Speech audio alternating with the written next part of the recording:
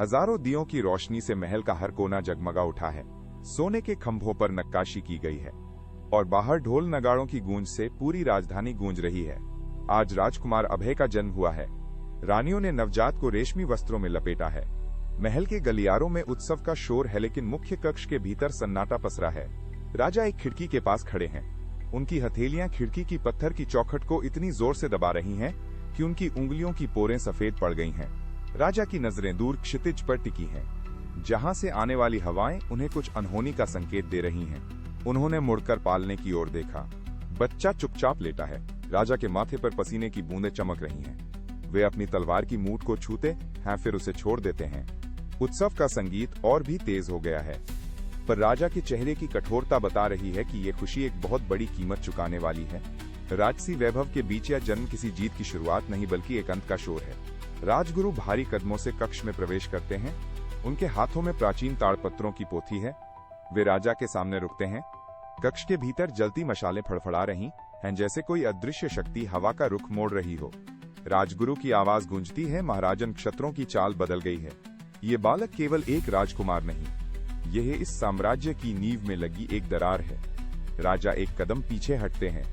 उनके हाथ कांप रहे हैं। राजगुरु उंगली से कुंडली के एक विशेष ग्रह की ओर इशारा करते हैं। इसका उदय आपके वंश के अस्त होने का संकेत है। इसके रहते राज्य आग की लपटों में समा जाएगा। राजा ने अपनी मुट्ठियां भींच लीं। उनके चेहरे की नसें तन गई हैं। उन्होंने राजगुरु की आंखों में देखा, वहां केवल कठोर सत्य था। हवा में भारीपन बढ़ गया है। राजा ने पालने की ओर मुड़कर देखा। बच्चा अब भी शांत है, लेकिन राजा के लिए वो शांत बालक अब एक जलते हुए शहर की परछाई बन चुका है। राजगुरु की चेतावनी कक्ष की दीवारों से टकराकर वापस आ रही है। राजा ने अपनी तलवार को म्यान से थोड़ा बाहर खींचा, फिर वापस अंदर डाल दिया। उनके माथे पर पसीने की बूंदें गिर रही हैं। वे जानते हैं कि अब उन्हें या तो अपनी प्रजा को चुनना होगा या अपने रक्त को। महल की दीवारें जैसे छोटी हो रही हैं और राजा के कंधों पर एक असहनीय बोझ आ गया है। राजा ने पालने को उठाया। धातु की खड़खड़ाहट शांति को चीर गई।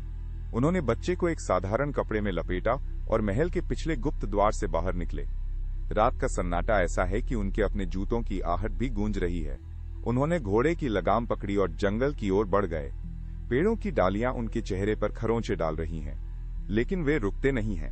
घने जंगल के बीच एक पुरानी गुफा के पास उन्होंने घोड़ा रोका। यहाँ चारों ओर केवल सन्नाटा है। उन्होंने नीचे उतरकर बच्चे को जमीन पर रखा।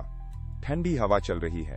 राजा के हाथ कांप रहे हैं। उन्होंने एक बार बच्चे के चेहरे को देखा, फिर अपनी आंखें बंद कर लीं। उनकी सांसें तेज हो गई हैं। उन्होंने मुड़कर पीछे नहीं देखा। वे तेजी से घोड़े पर सवार हुए और वापस महल की दिशा में दौड़ पड़े। पीछे छूट गया वो बालक जो अब राज्य का हिस्सा नहीं, बल्कि जंगली हवाओं के भरोसे है। पीछे मुड़ने का अर्थ था अपनी प्रजा को खोना, और आगे बढ़ने का अर्थ है अपने पुत्र को हमेशा के लिए अंधेरे में छोड़ देना। जंगल की झाड़ियां अब उनके पीछे बंद हो गई हैं। जंगल की ठंडी हवाओं में बच्चे के रोने की धीमी आवाज गूंज रही है। झाड़ियों के पीछे से कुछ हिंसक जानवरों की आहट सुनाई देती है, लेकिन बच्चा अपनी जगह से हिल नहीं पाता। तभी एक निषाद राजा अपने दल के साथ वहां से गुजरते हैं। उनके कानों में बच्चे की सिसकियां पड़ती हैं। वे रुकते हैं। अपने धनुष को मजबूती से पकड़ते हुए वे झाड़ियों को हटाकर आगे बढ़ते हैं। वहां सूखे पत्तों के बीच एक शिशु पड़ा है। निषाद राजा ने उसे अपनी भुजाओं में उठाया। बच्चे की आंखें उनके चेहरे पर टिकी हैं। उन्होंने उसे अपने कबीले के बीच लाने का निर्णय लिया। महल की सुख सुविधाएं अब कोसों दूर थीं। उन्होंने बच्चे के माथे पर एक तिलक लगाया। कबीले के बुजुर्गों ने उसे स्वीकार किया। अब सेवा राजकुमार नहीं, बल्कि वन का पुत्र है। उन्होंने उसका नाम अभय रखा। वो अब महल की दीवारों के बीच नहीं, बल्कि पेड़ों की छांव में पलने लगा। निषाद राजा ने उसे जंगल के हर पेड़ और हर पगडंडी की पहचान सिखाई। बालक अभय धीरे धीरे जंगल के साथ घुल मिल गया है। उसकी सांसें अब हवा के झोंकों के साथ तालमेल बिठा रही हैं। वो मिट्टी को छूता है और शिकार की आहट पहचान लेता है। एक नई पहचान का जन्म हो चुका है, जो आने वाले समय में इतिहास बदलने वाला है। 5 साल की उम्र में अभय के कदम अब लड़खड़ाते नहीं हैं। वो नंगे पैर पथरीले रास्तों पर दौड़ता है। जब तेज बारिश होती है तो वो पेड़ों की घनी टहनियों के नीचे शरण लेता है। उसने पत्तों की सरसराहट से हवा की दिशा भांपना सीख लिया है। वो ऊंची चट्टानों पर बिना किसी सहारे के चढ़ जाता है। जब सूरज डूबता है तो वो अंधेरे में भी रास्ता ढूंढ लेता है। वो नदी के बहाव को देखकर पानी की गहराई का अंदाजा लगाता है। जंगल के जानवर अब उसके लिए अजनबी नहीं है। वो किसी भी हिंसक जीव की पदचाप सुनकर पेड़ पर फुर्ती से चढ़ जाता है। उसने मिट्टी में बने निशानों को पढ़ना शुरू कर दिया है। वो अपनी प्यास बुझाने के लिए झरने की ठंडी धारा का पीछा करता है। हर सुबह वह सूरज की पहली किरण के साथ अपनी गुफा से बाहर निकलता है। उसका शरीर अब जंगल की कठोरता को झेलने के लिए ढल चुका है। उसने पत्थरों को रगड़कर आग जलाने की कला सीख ली है। अब ये घना जंगल उसके लिए कोई रहस्य नहीं बल्कि एक परिचित मैदान है। उसकी हर हरकत में जंगल का अनुशासन झलकता है।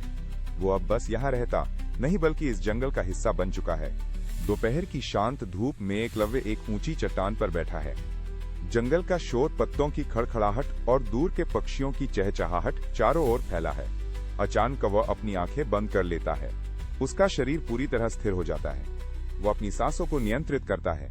मीलों दूर घाटी के दूसरी ओर एक चरवाहे की गाय के गले में बंधी पीतल की घंटी बजती है। सामान्य कान इसे नहीं सुन सकते, लेकिन अभय के कान फड़क उठते हैं। वो एक हाथ हवा में उठाता है और दाईं ओर इशारा करता है। वो घंटी की लय को गिनता है, 1 2 3। वो सटीक रूप से बताता है कि गाय कितनी दूरी पर है और किस गति से चल रही है। उसके चेहरे की मांसपेशियां तनाव मुक्त हैं, लेकिन उसकी एकाग्रता अटूट है। वो हवा के रुख को महसूस करता है जो उस ध्वनि को लेकर आ रही है। वो प्रकृति के हर स्पंदन को शब्दों की तरह पढ़ लेता है। अब जंगल का कोई भी रहस्य उससे छिपा नहीं है। अभय ने अपनी पीठ से लकड़ी का धनुष उतारा। उसने एक लंबी सूखी टहनी को तीर के रूप में चुना। उसने अपनी उंगलियों से प्रत्यंचा को पीछे खींचा। उसकी भुजाओं की नसें तन गई हैं। दूर एक पेड़ की टहनी पर बैठा फल उसका लक्ष्य है। उसने अपनी एक आंख बंद की। हवा का दबाव घटते ही उसने प्रत्यंचा छोड़ दी। तीर बिजली की गति से हवा को चीरता हुआ आगे बढ़ा। पलक झपकते ही वो सीधा फल के बीचों बीच जा धंसा। आसपास खड़े कबीले के लोग अपनी बातचीत बंद कर देते हैं। वे स्तब्ध होकर उस तीर को देखते हैं जो पेड़ की छाल में गहराई तक धंसा हुआ है। अभय ने दूसरा तीर निकाला और बिना देखे पीछे की ओर निशाना साधा। कबीले का मुखिया अपनी जगह से उठ खड़ा होता है। उसके चेहरे पर अविश्वास और प्रशंसा के भाव हैं। अब वो केवल अभय नहीं रहा, उसका नया नाम पूरे गांव में गूंजने लगा था।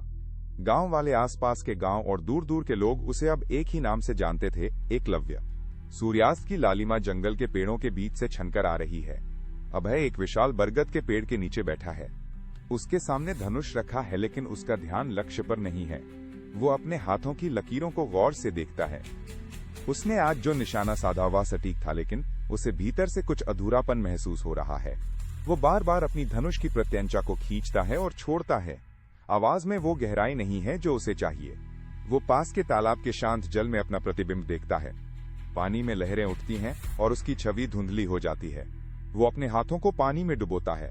उसे लगता है कि उसकी तकनीक में एक दीवार है जिसे वो अपनी मेहनत से नहीं तोड़ पा रहा है। वो अपनी आंखें मलता है और दूर क्षितिज की ओर देखता है। जंगल के जानवरों की आवाजें अब उसे एक शोर की तरह सुनाई देती हैं। वो अपनी जगह से उठता है और जंगल की पगडंडी पर तेजी से चलने लगता है। उसे समझ आ गया है कि केवल अभ्यास काफी नहीं है। उसे कोई ऐसा चाहिए जो उसके भीतर छिपी इस शक्ति को सही दिशा दे सके। वो अपनी मुट्ठियां भींच लेता है। उसके मन में एक गुरु को खोजने की तीव्र ज्वाला धधक रही है। वो अब बस एक शिकारी नहीं बल्कि एक जिज्ञासु योद्धा है जो अपनी सीमाओं को लांघने के लिए बेताब है। जंगल की सीमा पर एक व्यापारी का काफिला रुका है। अभय झाड़ियों के पीछे से उनकी बातें सुनता है। वे हस्तिनापुर के गुरु द्रोणाचार्य की चर्चा कर रहे हैं। वे बता रहे हैं कि कैसे द्रोणाचार्य के सिखाए राजकुमारों के बाणों से पूरा आकाश ढक जाता है। अभय कानों को सिकोड़कर हर शब्द को पकड़ने की कोशिश करता है। उसके हाथ में पकड़ी लकड़ी की टहनी अनजाने में 2 टुकड़ों में टूट जाती है। उसने द्रोणाचार्य का नाम पहले कभी नहीं सुना था। उसकी आंखों में चमक बढ़ जाती है। वो तेजी से उन व्यापारियों के पास जाता है और द्रोणाचार्य के आश्रम की दिशा पूछता है। व्यापारी उसे उत्तर की ओर इशारा करते हैं। अभय वापस अपनी झोपड़ी की ओर दौड़ता है। वो अपने पुराने धनुष को उठाकर पेड़ के तने से रगड़ता है, जैसे अपनी विद्या को और तेज कर रहा हो। अब एकलव्य 15 वर्ष का हो चुका है। उसने प्रण कर लिया है कि वो एक महान धनुर्धर बनेगा। उसके हाथों की गति में एक नई ऊर्जा है। वो अपना सामान समेटता है। उसने निर्णय ले लिया है कि वो द्रोणाचार्य को ही अपना गुरु बनाएगा। वो जंगल के पथरीले रास्ते पर दौड़ने लगता है। उसके पैर जमीन पर तेजी से पड़ रहे हैं। वो अपनी सीमाओं को पीछे छोड़ने के लिए तैयार है। उसके मन में अब केवल एक ही लक्ष्य है, द्रोणाचार्य का सानिध्य प्राप्त करना। वो रुकता नहीं है। वो हस्तिनापुर की ओर अपना रुख कर लेता है। एकलव्य अपनी कुटिया में वापस लौटता है। उसके माता पिता द्वार पर खड़े हैं। वो उनके चरणों में झुकता है और अपना सिर टिका देता है। पिता का हाथ उसके कंधों पर भारी पड़ रहा है। वो अपनी माँ की आंखों में देखता है। माँ उसे एक छोटा सा थैला देती है जिसमें कुछ सूखे फल और कंदमूल हैं। एकलव्य उठ खड़ा होता है। उसने अपने धनुष को पीठ पर कस लिया है। वो पीछे मुड़कर नहीं देखता। वो जानता है कि अगर उसने वापस देखा तो उसका संकल्प डगमगा सकता है। वो जंगल की पगडंडी पर तेजी से कदम बढ़ाता है। उसके पैर सूखी पत्तियों पर पड़ते ही चरमराहट की आवाज करते हैं। सूरज की पहली किरणें उसके रास्ते को रोशन कर रही हैं। हस्तिनापुर का मार्ग दुर्गम है और उसे मीलों चलना है। वो एक नदी के किनारे पहुंचता है और अपनी प्यास बुझाता है। पानी में वो अपनी परछाई देखता है, एक दृढ़ योद्धा की परछाई। वो अपनी कमर पर बंधी डोर को कसता है। वो पहाड़ी रास्तों पर चढ़ना शुरू करता है। उसके सांस लेने की लय स्थिर है। वो अब किसी भी कीमत पर पीछे नहीं हटेगा। उसके सामने का रास्ता अब धुंधला नहीं है। वो एक कदम उठाता है, फिर दूसरा। हर कदम उसे उसके लक्ष्य के करीब ले जा रहा है। वो हस्तिनापुर की ओर बढ़ रहा है। हस्तिनापुर का रास्ता अब कठिन हो चला है। जंगल घना है और रास्ते कीचड़ से भर गए हैं। अचानक आकाश काला पड़ जाता है और मूसलाधार बारिश शुरू होती है। एकलव्य एक बड़े बरगद के पेड़ के नीचे शरण लेता है।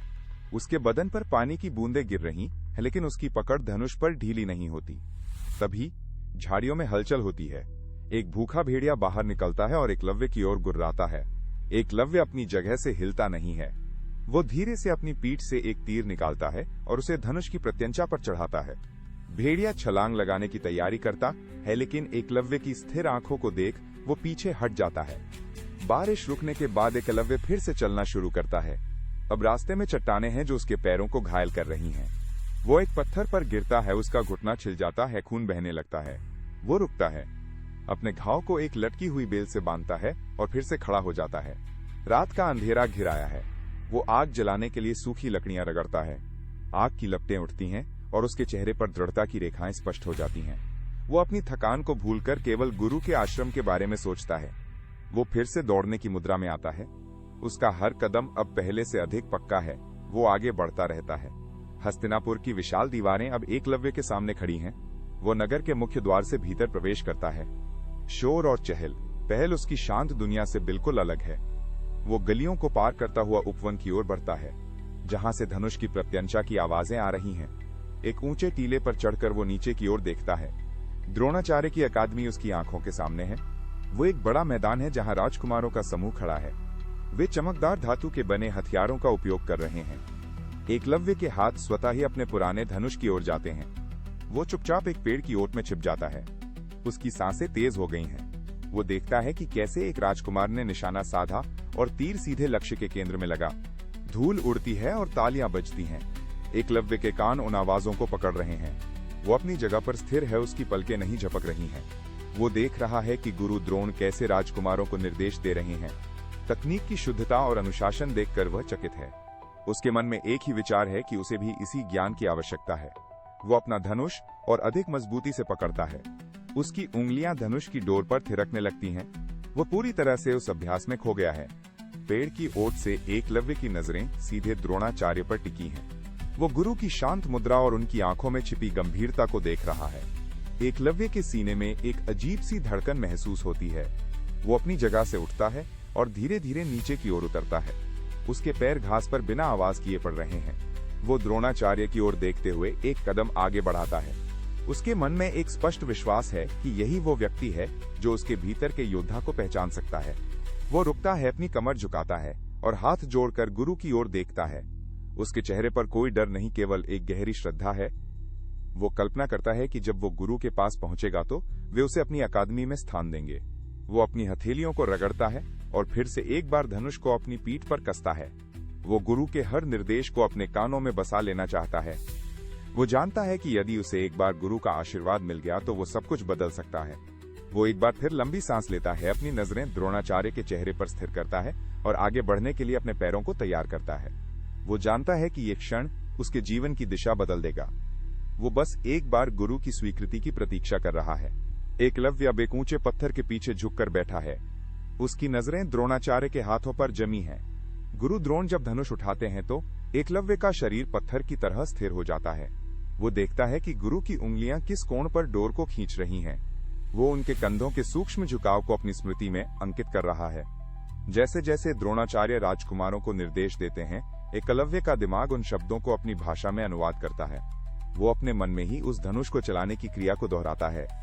जब कोई तीर लक्ष्य को भेदता है तो एकलव्य के हाथ हवा में वैसी ही गति की नकल करते हैं। वो गुरु के हर आदेश को सुन रहा है, हर इशारे को गौर से परख रहा है। उसकी आंखें झपकना भूल गई हैं।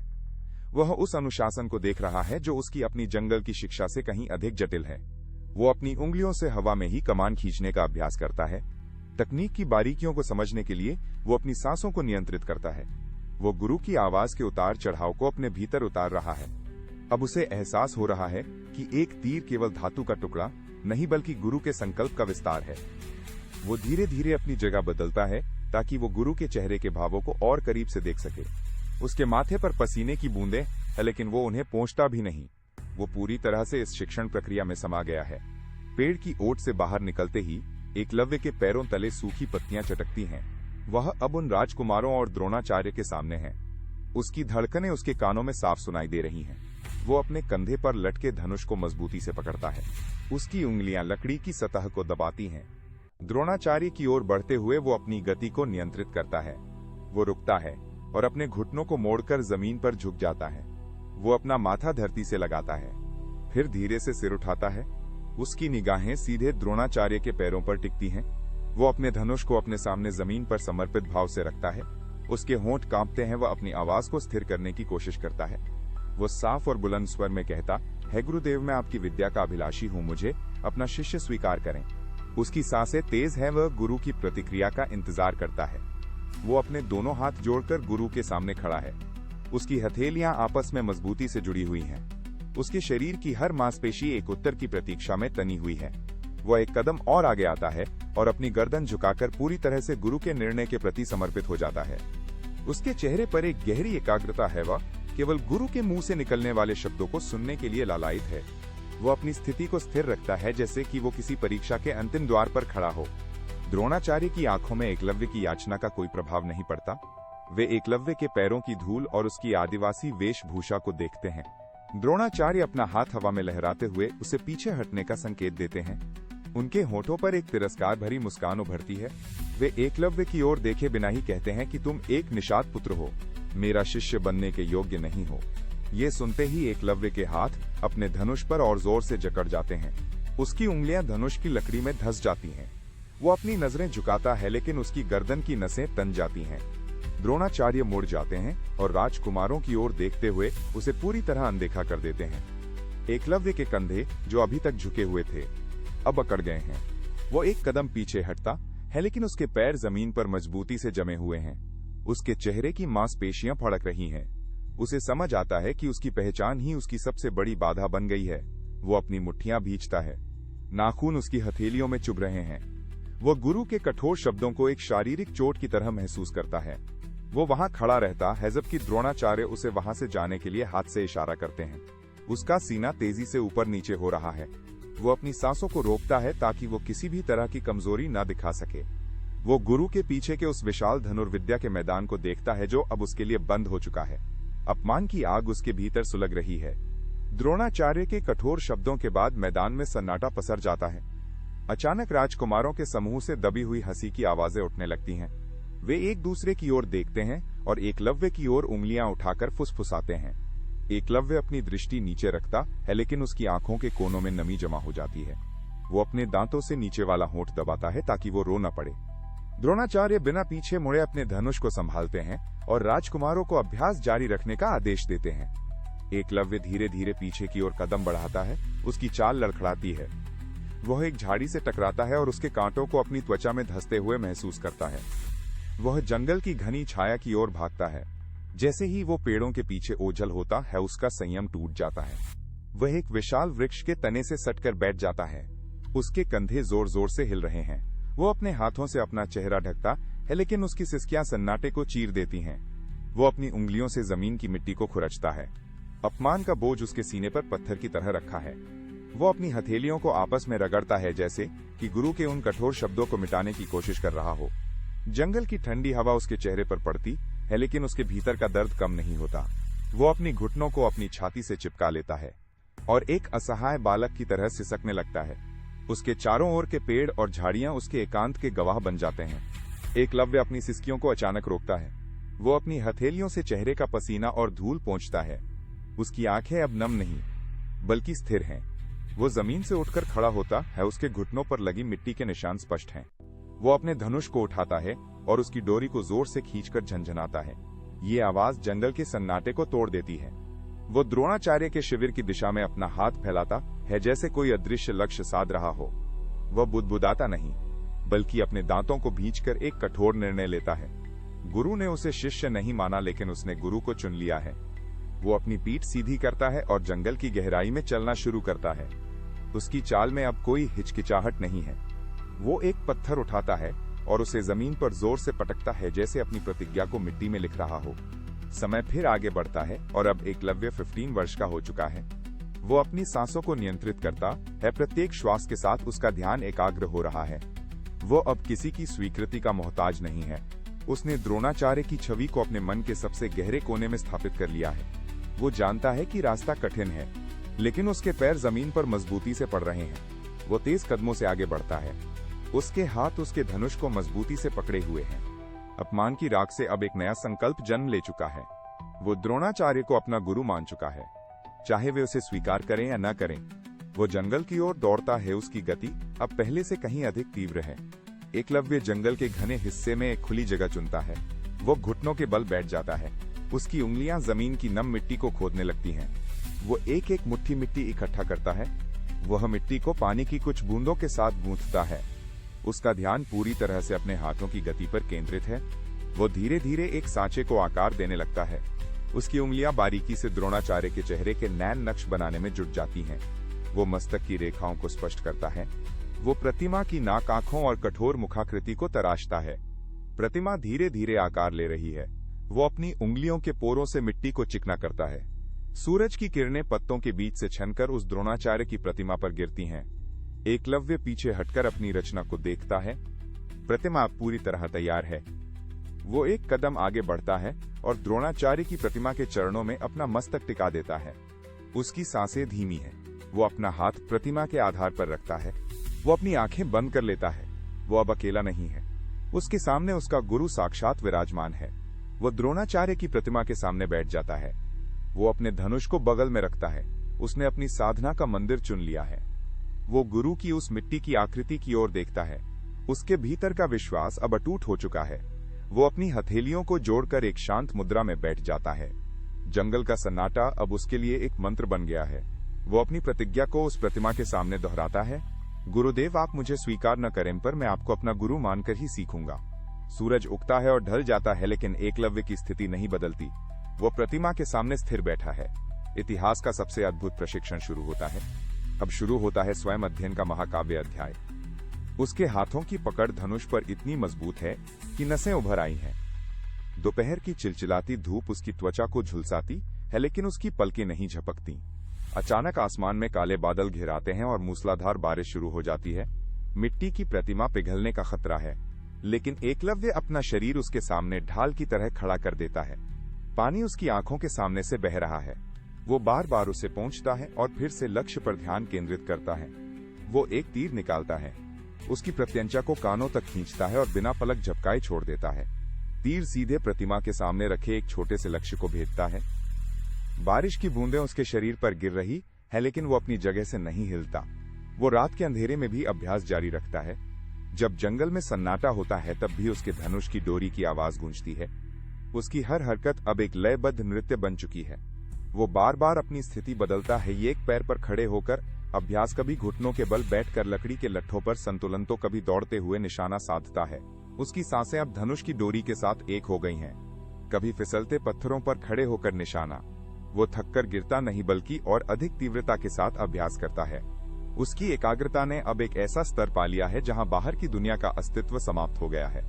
केवल वह उसका धनुष और उसके गुरु की प्रतिमा बची है। उसके द्वारा छोड़े गए तीर अब हवा को चीरते हुए अचूक निशाने पर लग रहे हैं। उसकी धनुर्विद्या में अब एक दैवीय चमक आ चुकी है। जंगल का सन्नाटा अब एकलव्य के तीरों की सनसनाहट से थरथरा रहा है। वो अपनी जगह से एक लंबी छलांग लगाता है और हवा में रहते हुए ही प्रत्यंचा खींचता है। तीर सीधे एक ऊंचे पेड़ की डाली पर लगे फल को भेदता है। फल नीचे गिरता है। इससे पहले कि वो जमीन को छुए, एकलव्य का दूसरा तीर उसे बीच हवा में ही 2 टुकड़ों में चीर देता है। पक्षी अपने घोंसलों से उड़ते हैं, लेकिन एकलव्य के तीरों की गति उनसे तेज है। हिरणों का झुंड झाड़ियों के पीछे से गुजरता है। एकलव्य बिना उन्हें चोट पहुंचाए उनके पैरों के पास तीर दागकर उन्हें दिशा बदलने पर मजबूर कर देता है। जंगल के पुराने पेड़ उसके अभ्यास के साक्षी हैं। उनकी छाल पर तीरों के गहरे निशान उसकी सटीकता की कहानी कह रहे हैं। एक जंगली सुअर तेजी से दौड़ता है। एकलव्य एक झटके में अपना धनुष घुमाता है और सुअर के बिल्कुल आगे जमीन में तीर गाड़ देता है। जानवर रुक जाता है। उसके चारों ओर तीरों का एक घेरा बन चुका है। एकलव्य की सांसें अब जंगल की हवा के साथ बह रही हैं। वो अब केवल एक धनुर्धर नहीं, बल्कि इस पूरे वन का रक्षक और सबसे घातक योद्धा बन चुका है।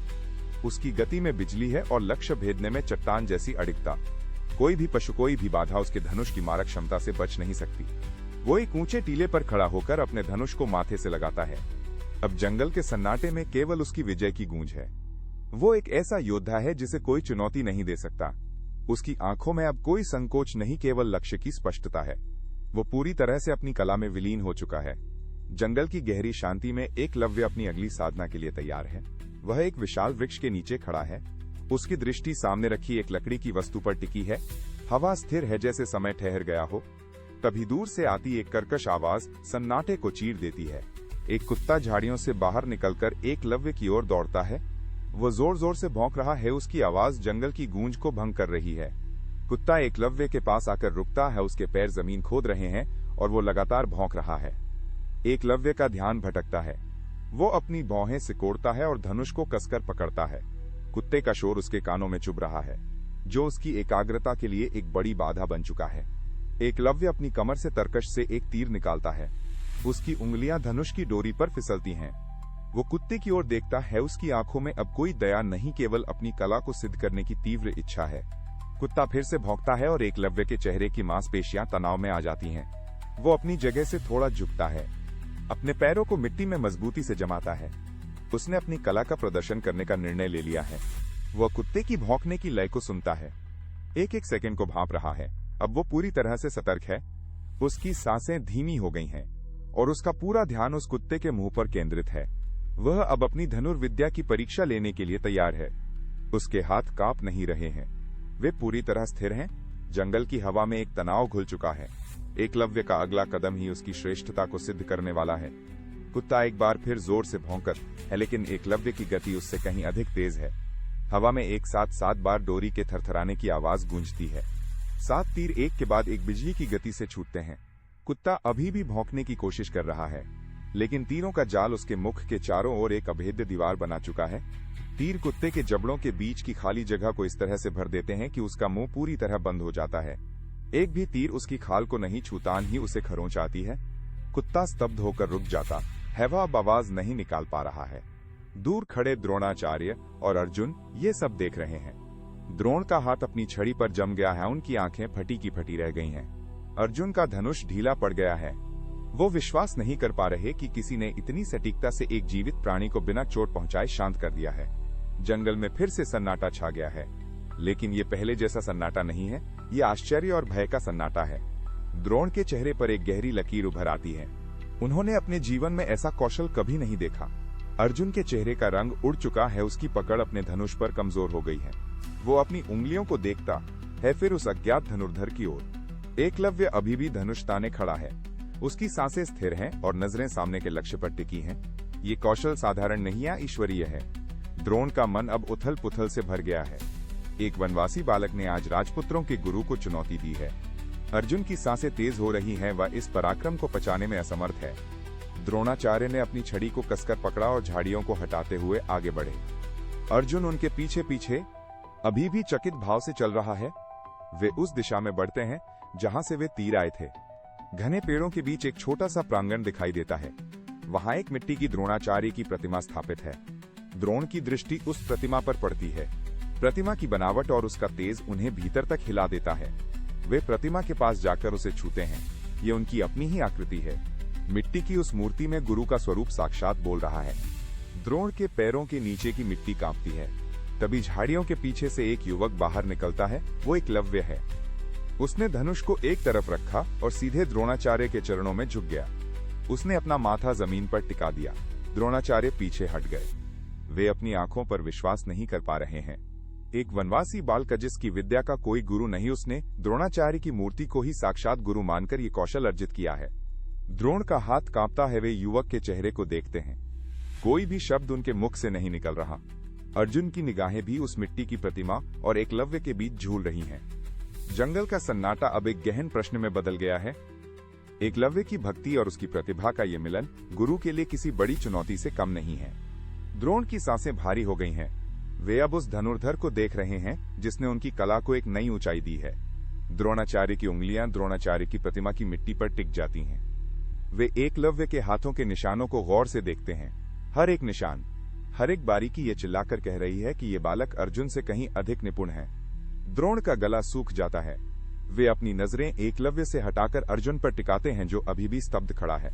द्रोण को हस्तिनापुर के राज दरबार में दिया गया वो वचन याद आता है कि वे अर्जुन को संसार का सर्वश्रेष्ठ धनुर्धर बनाएंगे। ये वचन केवल एक शब्द नहीं था, उनकी प्रतिष्ठा की नींव थी। द्रोण का मस्तिष्क तेजी से काम करता है। यदि एकलव्य जीवित रहा और अपनी विद्या का विस्तार करता रहा तो अर्जुन का स्थान खतरे में पड़ जाएगा। द्रोण के चेहरे की मांसपेशियां तन जाती हैं। वे अपनी मुट्ठी भींच लेते हैं। ये केवल एक गुरु का परीक्षण नहीं है, ये उनके अपने अस्तित्व का संघर्ष है। वे एकलव्य की आंखों में देखते हैं, वहां केवल निष्ठा और समर्पण है, लेकिन द्रोण के भीतर एक काला बवंडर उठ रहा है। वे जानते हैं कि उन्हें क्या करना होगा। उनके पैर भारी हो गए हैं। द्रोण का मन दो भागों में बट गया है। एक तरफ एक महान प्रतिभा का सम्मान है और दूसरी तरफ अर्जुन को दिया गया वो घातक वचन। वे एक गहरी सांस लेते हैं, लेकिन फेफड़ों में हवा नहीं, बल्कि एक कठिन निर्णय का भार है। द्रोण का शरीर अकड़ गया है। वे जानते हैं कि इस बालक की प्रतिभा का अंत ही उनके वचन की रक्षा का एकमात्र मार्ग है। सन्नाटा इतना गहरा हो गया है कि पेड़ों से गिरते सूखे पत्तों की आवाज भी सुनाई दे रही है। द्रोण के होंठ कांपते हैं। वे कुछ कहना चाहते हैं, लेकिन शब्द गले में फंस गए हैं। यह धर्म संकट अब उनके पूरे व्यक्तित्व को निगल रहा है। द्रोणाचार्य की आंखें एकलव्य के हाथों पर टिक जाती हैं। वे एक गहरी सांस लेते हैं, उनके कंधे स्थिर हो जाते हैं। वे अपनी दृष्टि ऊपर उठाते हैं और एकलव्य की आंखों में सीधे देखते हैं। द्रोण का चेहरा पत्थर सा कठोर हो गया है। वे अपना हाथ उठाते हैं और एकलव्य को रुकने का संकेत देते हैं। द्रोण का स्वर धीमा लेकिन स्पष्ट है, जो जंगल की हवा में गूंजता है। वे कहते हैं, यदि तुम मुझे अपना गुरु मानते हो तो मुझे गुरु दक्षिणा चाहिए। एकलव्य एक पल के लिए भी नहीं हिचकिचाता। वो अपना सिर झुकाता है और हाथ जोड़कर कहता है, गुरुदेव, आप जो मांगेंगे मैं वही अर्पित करूंगा। मेरा जीवन और मेरी विद्या सब आपकी है। द्रोण एक क्षण के लिए रुकते हैं। उनकी उंगलियां कांपती हैं, लेकिन वे अपने निर्णय पर अडिग हैं। वे एकलव्य के दाहिने हाथ की ओर इशारा करते हैं। द्रोण के शब्द वातावरण में जहर की तरह घुल जाते हैं। मुझे तुम्हारे दाहिने हाथ का अंगूठा चाहिए। उस मांग के साथ ही जंगल का शोर एकदम थम जाता है। पक्षियों का चहचहाना बंद हो गया है। सन्नाटा इतना गहरा है कि केवल एकलव्य की तीव्र सांसें सुनाई दे रही हैं। वो युवक स्तब्ध खड़ा है। उसकी आंखों में अविश्वास की एक लहर दौड़ती है, लेकिन द्रोण का चेहरा भावहीन है। ये एक ऐसा क्षण है जहां इतिहास की धारा बदलने वाली है। गुरु की मांग ने एकलव्य के भविष्य को एक ही झटके में अंधकार में ढकेल दिया है। सन्नाटा अब असहनीय हो गया है। एकलव्य के चेहरे पर दर्द की कोई लकीर नहीं है। वो अपने बाएं हाथ से अपनी कमर में बंधी छोटी कटार निकालता है। धातु की चमक सूरज की किरणों को काटती है। वो अपने दाहिने हाथ को मजबूती से पकड़ता है। एक तेज झटके के साथ वो अपना अंगूठा अलग कर देता है। गर्म रक्त की बूंदें सूखी मिट्टी पर गिरती है। मिट्टी उन्हें सोख लेती है। वो कराहता नहीं है, केवल उसकी सांसें तेज हो जाती हैं। वो अपना कटा हुआ अंगूठा हथेली में थामता है। उसके हाथ से खून रिस रहा है। कलाई की नसें तन गई हैं। वो धीरे धीरे द्रोणाचार्य की ओर बढ़ता है। उसके कदम डगमगाते नहीं हैं। वो द्रोण के चरणों के पास घुटने टेक देता है। वो अपने खून से सने अंगूठे को मिट्टी पर द्रोण के चरणों के सामने रख देता है। ये एक मूक समर्पण है। द्रोण का चेहरा अब भी पत्थर जैसा है, लेकिन उनकी उंगलियां अनियंत्रित रूप से कांप रही हैं। एकलव्य का सिर झुका हुआ है। उसकी सांसें गहरी और लयबद्ध हैं। वो अपना चेहरा ऊपर उठाता है। उसकी आंखों में कोई प्रतिशोध नहीं, केवल असीम श्रद्धा का भाव है। वो अपना हाथ जोड़ता है, हालांकि दाहिने हाथ की कमी से उसका संतुलन बिगड़ रहा है। वो अपनी पूरी ताकत जुटाकर झुकता है। ये दृश्य जंगल की खामोशी में एक चीख की तरह गूंज रहा है। उसने अपनी विद्या का आधार खो दिया है, लेकिन उसने अपनी निष्ठा को अमर कर दिया है। द्रोण पीछे हटते, लेकिन एकलव्य का मौन उन्हें घेर लेता है। उसने देवताओं की दी हुई शक्ति को गुरु के चरणों में बलि चढ़ा दिया है। ये जीत नहीं है, त्याग का चरम है। एकलव्य धीरे से खड़ा होता है। उसका दाहिना हाथ अब एक खालीपन है। वह अपनी कलाई को कपड़े से बांधता है। खून का रिसाव धीमा हो रहा है। वो द्रोण की ओर एक आखिरी बार देखता है और मुड़ जाता है। उसके कदम अब पहले की तरह स्थिर नहीं है। वो लड़खड़ाता है लेकिन रुकता नहीं है। वो घने जंगल की ओर चल पड़ता है। अब वो कभी भी धनुष की प्रत्यंचा को उस गति से नहीं खींच पाएगा, ही वो लक्ष्य पर अचूक प्रहार कर पाएगा। उसकी उंगलियों में अब वो शक्ति नहीं बची जिससे उसने कभी पक्षियों की आंखें भेदी थीं। वो एक महान धनुर्धर बनने के अपने सपने को उसी मिट्टी में छोड़ आया है। सूरज ढल रहा है, पेड़ों की लंबी छायाएं उसे घेर लेती हैं। वो अकेला है लेकिन उसका गौरव उसके साथ है। वो अब एक साधारण योद्धा की तरह चलता है जिसके पास न तो कोई गुरु है और न ही कोई शस्त्र। उसकी कहानी अब तीरंदाजी के मैदानों से निकलकर लोगों के दिलों में बसने वाली है। लोग उसे कभी विजेता के रूप में नहीं देखेंगे, लेकिन वे उसे उस शिष्य के रूप में याद रखेंगे जिसने अपना सब कुछ त्याग दिया। उसके द्वारा छोड़े गए खून के निशान जंगल की धूल में मिल गए हैं, लेकिन उसकी निष्ठा की गूंज सदियों तक सुनाई देगी। उसने हार कर भी जीत हासिल की है। वो एक ऐसा धनुर्धर है जिसकी महानता उसके अंगूठे में नहीं बल्कि उसके अटूट समर्पण में छिपी है। समय बीत जाएगा, साम्राज्य ढह जाएंगे, लेकिन एकलव्य का नाम त्याग के प्रतीक के रूप में हमेशा जीवित रहेगा। समय की धारा बहती रहती है, लेकिन इतिहास के पन्नों पर एकलव्य का नाम एक गहरे घाव की तरह अंकित है। वो उस शिष्य के रूप में याद किया जाता है जिसने गुरु की एक आज्ञा पर अपना अस्तित्व दांव पर लगा दिया। दुनिया उसे उस निष्ठा के प्रतीक के रूप में देखती है जिसने अपनी पूरी क्षमता को बिना किसी प्रतिफल के न्योछावर कर दिया। क्या ये वास्तव में न्याय था? समाज की व्यवस्था ने एक प्रतिभावान बालक को अपनी ही प्रतिभा का गला घोंटने के लिए मजबूर किया। ये बलिदान आज भी न्याय की परिभाषा पर एक बड़ा प्रश्न चिन्ह खड़ा करता है। एक तरफ गुरु की सत्ता का अहंकार है, तो दूसरी तरफ शिष्य का वो अटूट विश्वास है जिसने उसे महान बनाया। एकलव्य की त्रासदी केवल एक अंगूठे का खोना नहीं है, बल्कि उस संभावना का अंत है जिसे कभी पनपने ही नहीं दिया गया। उसके द्वारा छोड़ी गई रिक्तता अब एक ऐसी गूंज है जो युगों से अन्याय के खिलाफ मौन विरोध करती आ रही है। लोग उसे जीत के लिए नहीं बल्कि उस हार के लिए सम्मान देते हैं जो जीत से कहीं अधिक भारी है। वो धनुर्धर जो कभी सर्वश्रेष्ठ नहीं बन सका, आज इतिहास के सबसे ऊंचे शिखर पर खड़ा है। उसका त्याग किसी युद्ध के मैदान में नहीं बल्कि एक कठिन परीक्षा की वेदी पर हुआ था। दुनिया उसे याद रखती है क्योंकि उसने वो दिया जो कोई नहीं दे सकता था। उसकी कहानी न्याय पर एक ऐसा सवाल है जिसका जवाब आज भी मानवता ढूंढ रही है। वो एक ऐसा नाम है जो सदियों बाद भी गूंजता है। ये एक ऐसे शिष्य की याद दिलाता है जिसने कुछ न देकर भी सब कुछ खो दिया। क्या आप उस नाम को याद रखेंगे जिसने बिना जीते ही इतिहास जीत लिया? एकलव्य की ये दास्तान केवल एक धनुर्धर की कहानी नहीं है, ये उस संकल्प की गूंज है जो सदियों के सन्नाटे को चीरती है। उसने न केवल अपना अंगूठा दिया बल्कि अपनी पूरी पहचान को उस महानता के लिए समर्पित कर दिया जिसे दुनिया ने कभी स्वीकार नहीं किया। ये एकलव्य की कभी न भूलने वाली दास्तान है। एक ऐसा अध्याय जो इतिहास के पन्नों पर स्याही से नहीं बल्कि त्याग के लहू से लिखा गया है। समय के चक्र में कई साम्राज्य आए और गए, लेकिन वह नाम आज भी उन सभी से ऊंचा खड़ा है। जब भी निष्ठा की बात होगी, जब भी गुरु और शिष्य के संबंधों का जिक्र होगा, एकलव्य का नाम सबसे पहले लिया जाएगा। इतिहास उसे कभी नहीं भूलेगा। यही उसकी असली जीत है, यही उसका अंतिम संदेश है।